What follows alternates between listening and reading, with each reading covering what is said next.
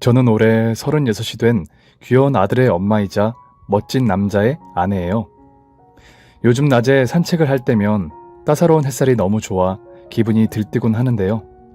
제가 이런 평범함 속에 행복을 찾은 게 얼마 되지 않은 것 같습니다.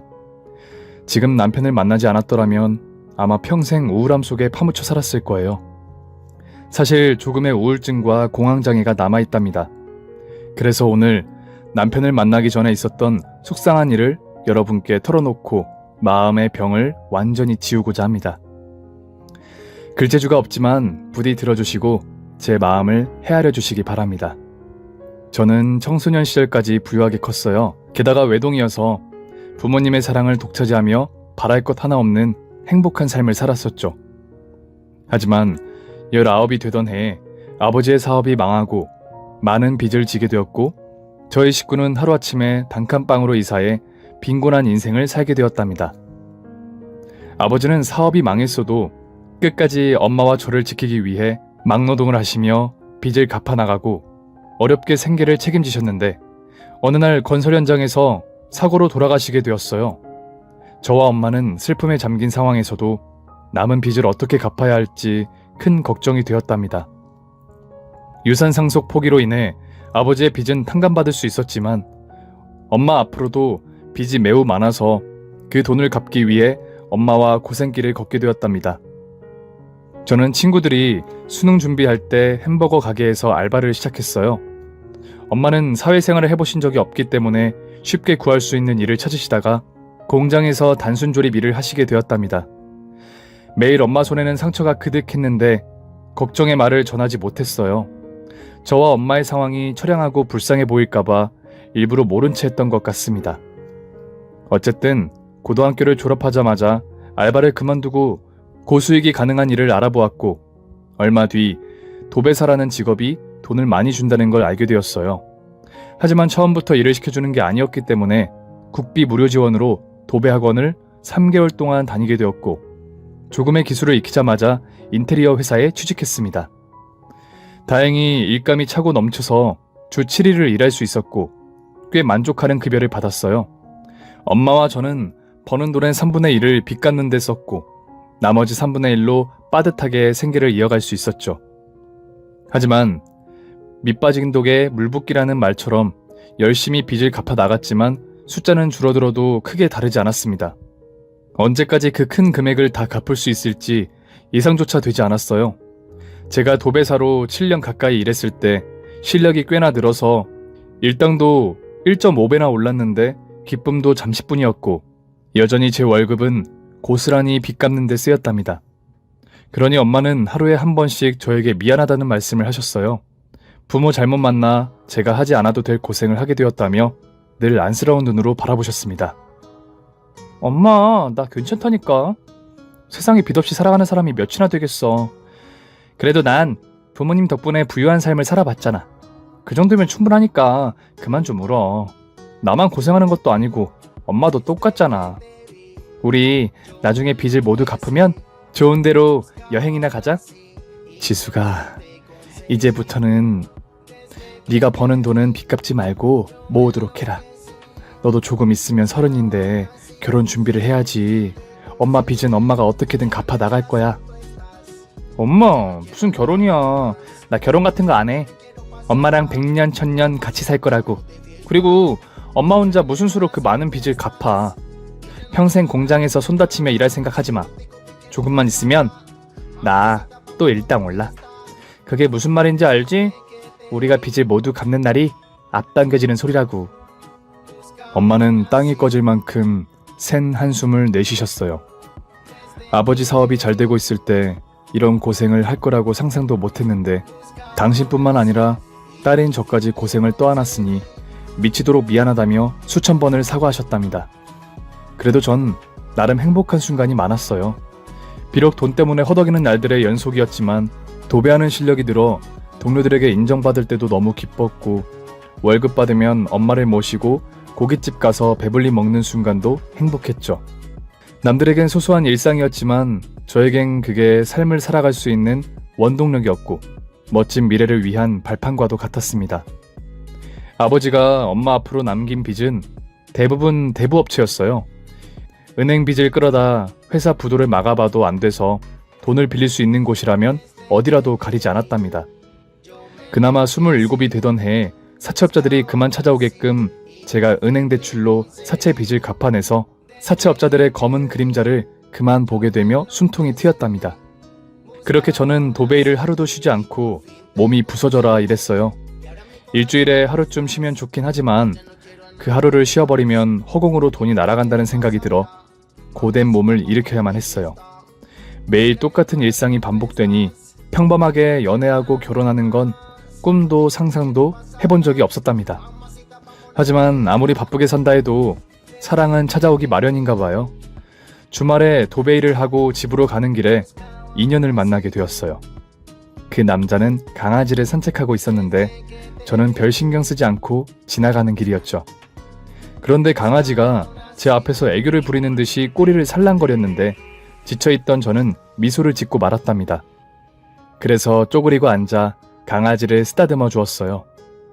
이름이 뭐예요? 네, 박진상입니다. 아, 그래요? 진상아, 안녕. 누나가 그렇게 좋아? 배까지 뒤집고 난리구나? 계속해서 강아지를 쓰다듬는데 남자가 다시 말했습니다. 아, 제 이름이 박진상이고요. 강아지는 루비입니다. 순간 당황한 저는 그대로 얼어버렸어요. 그리고 이내 웃음을 터뜨리고 말았죠. 그 남자도 저를 따라 웃더군요. 제가 이렇게 센스가 없어요. 이렇게 예쁜 여자분이 제 이름을 궁금해할 리가 없죠. 이거 참 민망하네요. 아니에요. 덕분에 많이 웃었습니다. 그럼 전 이만 가볼게요. 루비랑 좋은 시간 보내세요. 잠깐만요. 저한테도 이름 알려주세요. 그래야 공평하잖아요. 저는 이게 무슨 상황인지 잘 이해가 되지 않았습니다. 제가 일을 마치고 땀에 찌든 얼굴과 낡은 작업복을 입고 퇴근하는 길이어서 저에게 관심이 있을 리가 없었기 때문이죠. 제 이름은 왜요? 그야 다음에 뵙게 되면 이름을 불러야 하니까요. 제가 박진상인 걸 아셨으니 알려주세요. 이왕이면 전화번호도 같이요. 저는 공원 화장실 유리문에 비친 제 모습을 슬쩍 보았습니다. 정말 지저분하고 피하고 싶은 모습이었어요. 그래서 전 무슨 영업하세요? 저는 생활이 빠듯해서 뭘 팔아드릴 수가 없네요. 하고 가렸는데 그 남자가 대뜸 그게 아니라 나중에 루비랑 같이 산책해요. 우리 루비가 그쪽을 엄청 좋아하니까 꼭 만나야 해요. 강아지 소원이니까 빨리 알려주세요. 하고 핸드폰을 들이밀더라고요. 어처구니 없는 멘트이긴 하지만 저한테 관심을 가져준 남자가 너무 오랜만이어서 고마운 마음에 전화번호를 알려주었어요. 그리고 루비 산책시킬 때 보기로 했답니다. 그리고 진상씨는 다음날 바로 연락하더라고요. 루비가 절 보고 싶어 한다며 퇴근 중이면 빨리 공원에 들러달라고 했답니다. 마침 공원과 가까워서 귀여운 강아지나 한번 보고 가자는 마음으로 공원에 들렀는데 루비는 온데간데 없고 진상씨가 혼자 정장 차림으로 저를 기다리고 있었답니다. 루비는요? 루비 집에 있습니다. 대충 상황이 이해됐습니다. 그런데 전 이 남자의 관심을 꺼버리기로 결심했어요. 그래요? 그럼 저도 집에 갈게요. 혼자 산책이나 하세요. 잠깐만요. 지숙씨 가지 말아요. 저랑 같이 산책해요. 됐거든요. 저 남자친구 있으니까 그만 들이대요. 저는 무슨 자신감인지 진상씨를 밀어냈어요. 그는 제 말을 듣고 포기했는지 더는 제 이름을 부르지 않았답니다. 그런데 다음날 퇴근하고 집으로 가는 길에 진상씨가 저를 기다리고 서 있는 모습이 보였어요. 아무래도 어제 제가 집으로 가는 골목이 어딘지 파악하고 무작정 기다리고 있는 것 같았답니다. 이번에도 역시 멀끔한 정장 차림이었어요. 지숙씨, 퇴근길이군요. 이런 우연이. 아무래도 저와 지숙씨는 운명이 아닐까요? 어설픈 그의 연기에 어떻게 반응해줘야 할지 생각했습니다. 그래서 솔직하게 말하고 차버리기로 했답니다. 이봐요. 진상씨, 지금 제 옷차림 보이시죠? 힘들고 고된 일을 하고 있는 게 대충 짐작되시죠? 전 남자 만날 시간 따위 없어요. 집에 빚이 엄청 많아서 그거 다 갚으려면 갈 길이 멀다고요. 그러니까 좋은 여자 만나도록 하세요. 예전에도 제 얼굴만 보고 접근하려던 남자들에게 빚이 많다고 말하면 하나같이 마음을 접고 돌아서더라고요. 그래서 진상씨 역시 같은 반응일 줄 알았는데 진상씨는 의외의 반응을 보였어요. 그럼 남자친구가 있다는 건 거짓말이었군요. 그리고 빚이 많으면 남자를 만나면 안 됩니까? 법으로 정해졌나요? 그리고 지숙씨가 24시간 내내 일하시는 것도 아니잖아요. 퇴근하고 저와 공원 한 바퀴 도는 정도는 하실 수 있잖아요. 제가 싫은 게 아니라면 그런 친구 사이가 되어주세요. 물론 남자친구로 말이죠. 진상씨는 떨리는 목소리로 미리 적어둔 종이를 보며 저에게 말했답니다. 그 모습을 보니 루비 못지않게 진상씨도 귀엽더라고요. 그래요. 저에게 큰 걸 기대하진 마세요. 공원 한 바퀴 그렇게만 만나도 제가 좋다면 남자친구는 그때 가서 생각해보죠. 거의 열린 마음으로 대답했고 진상씨는 배시시 웃으며 기뻐했어요. 그리고 저희 두 사람은 함께 공원을 거닐었습니다. 그날 이후 제가 퇴근하고 공원에 가면 항상 진상씨가 있었어요. 그런데 제가 정말 좋았는지 매일 도시락이나 간식, 건강음료를 건네주었고 얼마 뒤에는 꽃다발까지 주더라고요. 그렇게 진심으로 저를 대하니 어느새 저도 진상씨를 좋아하게 되었고 공원은 저희의 달콤한 데이트 장소가 되었답니다. 대신 화려하고 재밌는 데이트는 따로 하지 못했어요. 제가 일을 마치면 체력적으로 힘들어서 진상씨를 한두 시간 보고 집에 들어가 기절하듯 잠들었답니다. 그런데도 그는 한결같이 저를 아껴주고 사랑해주었고 넉 달이 지나도록 다정한 모습만 보여주었어요. 그런데 올 것이 왔는지 진상씨는 제가 예상하지 못했던 프로포즈를 했습니다. 꽃다발과 반지를 들고 결혼하자고 하는데 너무 당황스러웠네요. 오빠, 나 결혼할 형편 안 돼. 오빠도 잘 알잖아. 갚아야 할 빚이 산더미라고. 이렇게 막무가내로 청혼하면 내가 좋아할 줄 알았어? 안 되겠다. 우리 여기서 헤어지자. 정신 차리고 다른 여자 만나. 그렇게 제 마음을 전하고 돌아서는데 지수가, 네 빚 내가 갚아주면 안 돼? 내가 너에게 자유를 줄게.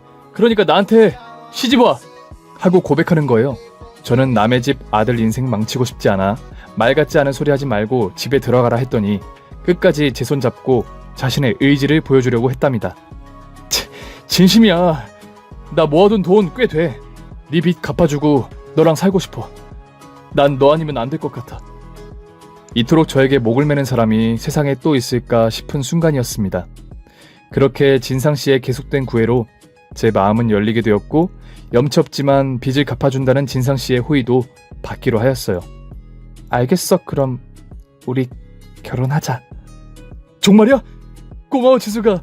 내가 너 빚도 다 갚아주고 앞으로 평생 먹여 살릴게. 우리 행복하게 살자. 그렇게 저와 진상씨는 결혼 반지를 나누어 끼웠고 양가 부모님을 찾아뵙기로 했답니다.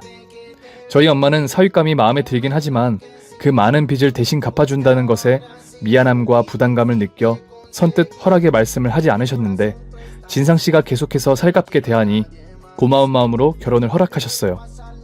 그리고 드디어 두렵고도 무서운 예비시댁에 찾아가 인사드리는 일만 남아있었죠. 진상씨가 제 빚을 갚아준다고 일러두었다고 했으니 겁먹지 않는 게 이상한 일이었죠. 이틀 뒤 긴장되는 마음으로 진상씨의 집안으로 들어갔는데 제가 어릴 적 살던 집만큼이나 호화스럽고 멋진 곳이더라고요. 아주 잠시 옛 생각을 떠올렸다가 현실로 돌아와 시부모님과 시누이를 마주 앉게 되었습니다. 저는 사첩자들을 만날 때마다 흘렸던 식은땀을 오랜만에 흘렸어요. 긴장한 저에게 질문을 하신 건 시어머니였습니다. 아가씨, 우리 진상이한테 이야기 들었어. 집안 사정이 많이 안 좋다고? 그래서 내 아들이 그 빚을 갚고 결혼하겠다는데 사실이야? 네, 어머님. 양심 없지만 그렇게 하기로 했습니다. 정말 양심이 없네. 그래서 우린 지숙씨를 반대했었어. 그런데 이놈의 자식이 지숙씨 아니면 총각으로 늙어 죽겠다고 협박을 하는 바람에 어쩔 수 없이 허락한 거야. 저는 고개를 숙이며 죄송합니다. 그리고 감사합니다. 하고 나직이 대답했어요.